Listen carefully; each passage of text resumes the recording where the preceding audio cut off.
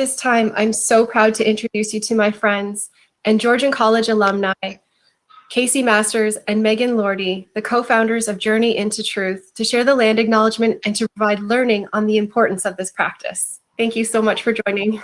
Thank you so much, Sarah. We are so grateful to be here with you all today. And we really, really hope that you gain value from this presentation. Journey into Truth is a service offering different workshops and learning sessions in order to encourage empathy and understanding among non-Indigenous peoples and to help others identify and ignite what their vision and their role can be in the reconciliation journey. So to start, we are going to give a brief land acknowledgement. Megan? We would like to acknowledge the sacred land on which we gather today. It has been the site for human activity for over 15,000 years. This land was previously Wendat territory, but this nation perished due to disease brought over by the settlers. Currently, it is the territory of the Anishinaabe Nation. We also recognize the enduring presence of Indigenous peoples on this land and are committed to moving forward in the spirit of decolonization, reconciliation, and respect. Before we get into a little bit more about why we should do land acknowledgements, we wanted to share a little bit about my story, but also Caycee's story and how we have got to where we are today. So for myself, I guess it really starts with my grandparents. My grandmother never knew her home community. Her mom married a non-Indigenous man way back when and moved from the reserve. And so my grandmother's connection to her home community was lost at that time because her mom would have lost her status or her community connection as soon as she married the Indigenous man. And my grandfather attended the residential school in Spanish, Ontario. So growing up, I sort of had this identity and feeling of like, I'm sort of native was the word I used, that I'm sort of native. And I would do some things, and I participated a lot at the Friendship Center as a young person. And my mom really encouraged me to get involved. But it was sort of this like not figuring out who I was and really not really knowing what my identity was. So I went to Western University for my undergrad, really dedicated to wanting to support community members. So with my social work degree in mind, after 3 years, I was like, I don't know if I really want to do that. And I ended up going to Georgian College to take the Shkamikan program, which is the 1-year equivalent of the Indigenous Community and Social Development program. I think it was within a month, I just felt right to be there. The community that was built there was absolutely unreal. So I ended up extending it into the 2 years. And in that 2 years, there's a lot of just figuring out what my place is in community and what I could do to support local Indigenous communities, but it was also a lot about identity. And so I hear teachings and I'd meet elders and I'd meet other like really incredible Indigenous community members. And I was like, sort of still this feeling of like, I don't know, am I not? What does that mean? And I remember having to fill out the form when you go in and I self-identify as Indigenous or not. And I didn't. I was like, I don't think so, right? I really don't think so. And then I remember sitting in a teaching with an elder one day and he's sharing this really incredible story and this really incredible knowledge. And at the end, I was like, well, what if I'm like only sort of Indigenous? And he just sort of looks at me. He's like, is your family Indigenous? And I said, yeah. And he's like, well, you're either Anishinaabe or you're not. That was really monumental for me. So from that moment on, it was sort of figuring out what that means for me. I know I'm very white passing and I know I don't have status, but I also know, and as I grow through my journey, realizing that my story of my grandmother losing status, my grandfather attending residential schools, and neither of them wanting to talk about it because of the trauma and just the racism that was so bad back then and continues today, but really bad back then, I wanted to start exploring that. So with Journey into Truth, I've been able to do that.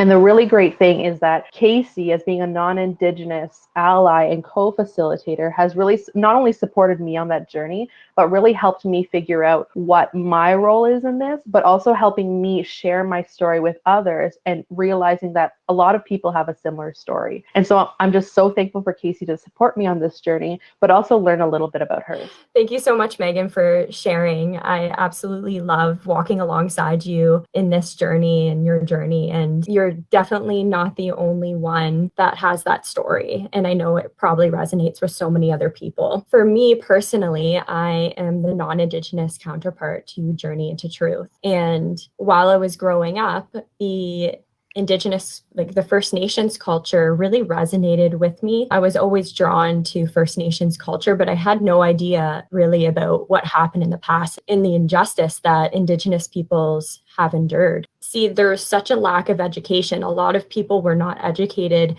in school about the true history of Canada and Indigenous history and culture.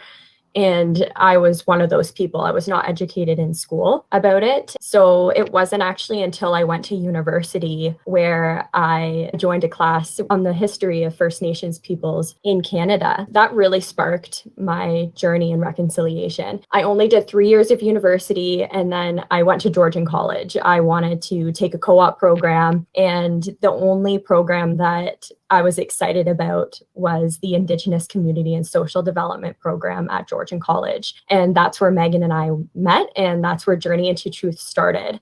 And when I started in that program, I was really nervous. I wasn't sure how to navigate the fact that I was non-Indigenous. And I come from this place of privilege, and my ancestors are settlers, and I felt like I was always walking on eggshells. I didn't know what the right questions were to ask in order to gain knowledge. And as time went on, I learned that if I asked questions in a good way, in a respectful way, sure enough, there were people there who were happy to tell me their story and happy to educate me. And I was so grateful for that. And I built relationships, and it was just such a beautiful time in that program at Georgian. During my time volunteering with the Jane Goodall Institute, I participated in a conversation with other Indigenous and non-Indigenous youth. And we were talking about reconciliation and decolonization. And it was in that moment where I really realized that there's a decolonization that needs to happen within my own spirit as well. I mean, since my ancestors are settlers, there's a lot of hurt there as well, and a lot of pain, and there's healing that needs to happen there. And that's within me intergenerationally. And there has to be a deconstructing of what I have always known. And it goes really deep, and realizing too that this is all not just about me, really. It's about community, and it's about relationship and reconciling that relationship between Canada and Indigenous peoples, and realizing that reconciliation is really something that needs to start within.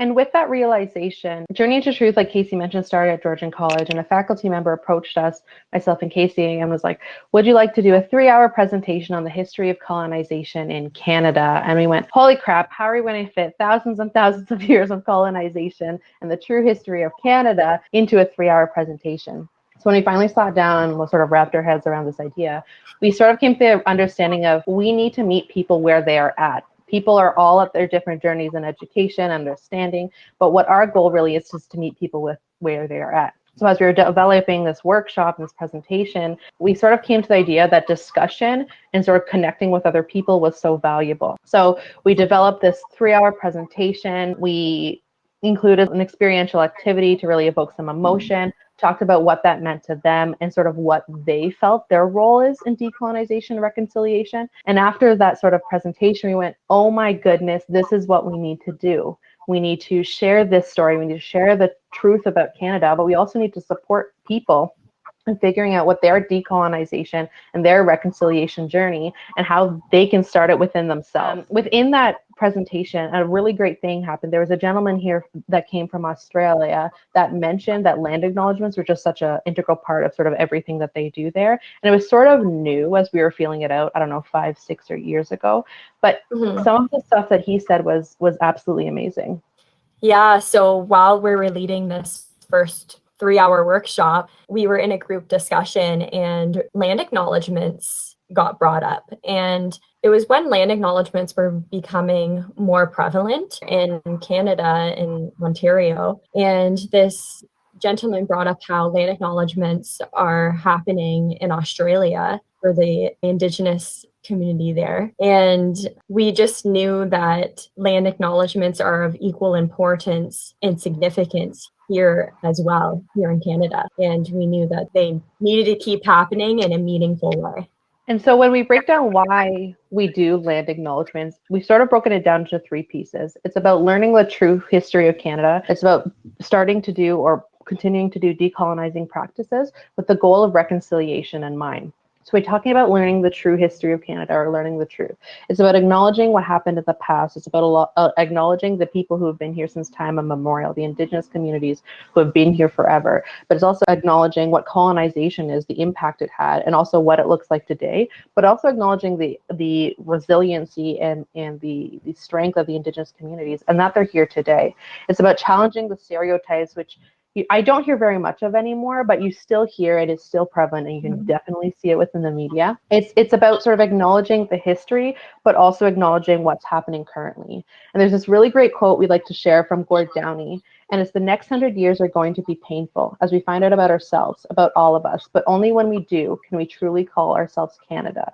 And when I think of that quote, I think of, if we call ourselves Canada, that is the reconciliation goal.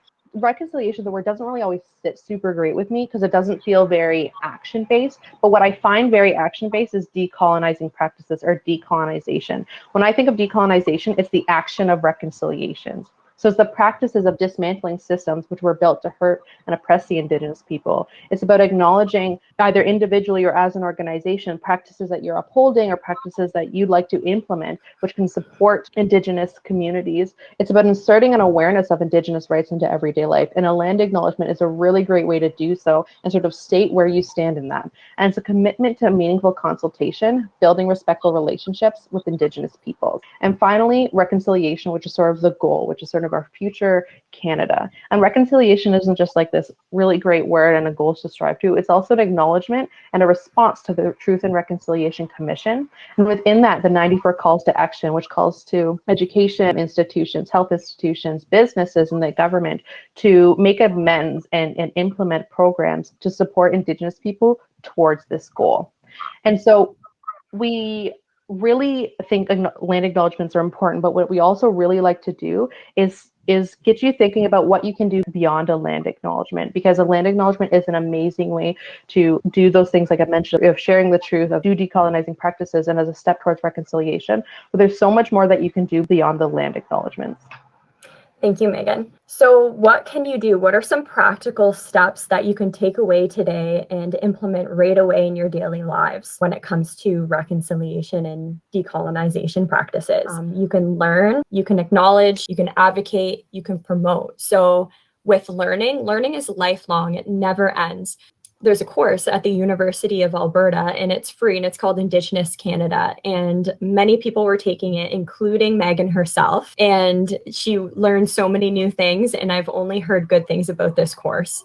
So we encourage you to look into that. And there's so many other courses that are available as well. And something that Megan said that she did in this course was she did it with some friends, and you can also do it with friends as well, or some colleagues. And she met up once a week to discuss the lessons in this course and have like kind of a debrief session, because it's one thing to be doing it by yourself and learning, but a whole nother thing to be actually discussing it with others and talking about like, what did you learn and what was interesting to you, what was shocking. So definitely look up that program. It's called Indigenous Canada, and it's at the University of Alberta.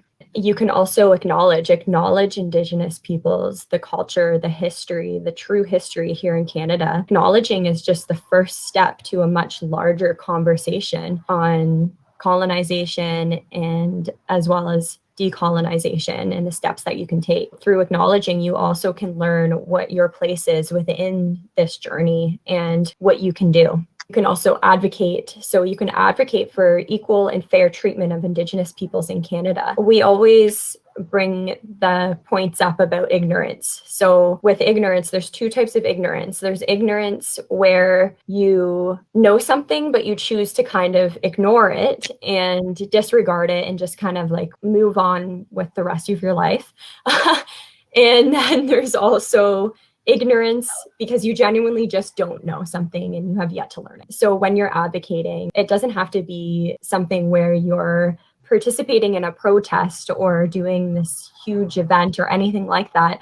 It can be as simple as having a one-on-one conversation with somebody who might be a little bit ignorant to the true history of Canada and Indigenous history and culture. And that's a conversation that you can have with them is what you're learning about and what you have learned about and what the truth is and what your journey is so far. You can share that with them. You can also promote the naming or renaming of sites to original Indigenous names. You can promote Indigenous people's work, businesses, and services. For instance, there's an Indigenous restaurant in Toronto, Ontario called Nish Dish, and right now they're closed, but they do have a contingency fund, so you can support in that way. And also Indigenous artwork and beading and paintings. These are just a few of many practical steps that you can take in your journey. And now that we've had a conversation about why land acknowledgements are important and what you can do beyond it, we want to offer you the land acknowledgement that we've spent numerous years building. It's very important to us and something that we took a lot of time about our journeys and what we'd like to share outwards. And we'd like to share that with you today after we've had a conversation. The land acknowledgement is a response. It is a response to keep with Indigenous protocol, build respectful relationships with Indigenous and non-Indigenous peoples in Canada, and a response to the 94 recommended calls to action in the National Centre for Truth and Reconciliation. It is customary to acknowledge the traditional territories and ancestral lands of Indigenous peoples. Please note that the respective acknowledgement is to be made as part of opening prayers, comments, introductions, and to be made available for all to see. Therefore, we would like to acknowledge the sacred land on which we gather on today.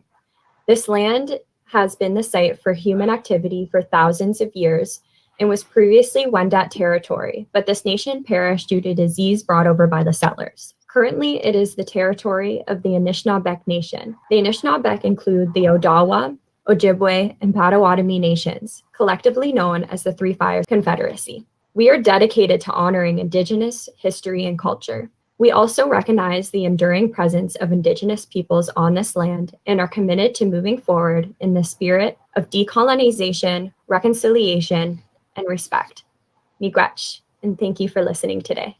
Thank you, everybody, for having us. We wanted to throw up our contact information and our socials. If you have any questions or you'd like a little bit of follow-up, please feel free to reach out. We're so happy to be here today, and I hope you enjoy the rest of Rise. Thank you, Megan and Caycee. That was amazing. And, you know, I love you and what your organization is doing. And I also got so excited that you mentioned a hero of mine, Gord Downey. And so popped the link up to our website in the chat here. And we'll make sure that we get your socials in there as well. I think people will be excited to follow you. So thank you again so much for joining us. Folks in the crowd, now it's that magical time to grab your coffee, grab your chocolate bar, and we'll be right back with our next panel discussion featuring some entrepreneurs that we work with at the Henry Bernick Entrepreneurship Center. See you in a bit.